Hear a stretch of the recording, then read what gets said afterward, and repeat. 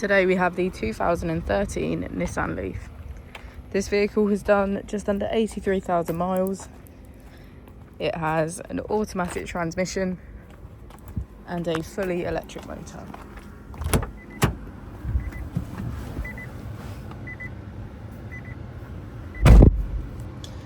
To the left of our steering wheel, we have voice control as a feature, as well as automatic headlights.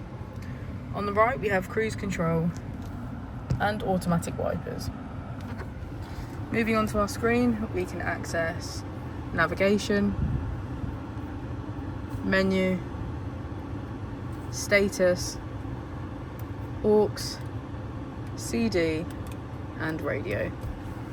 If we put the vehicle into reverse, we can see that it comes with a parking camera with parking sensors. Just below we have our AC, which includes heated seats on either side.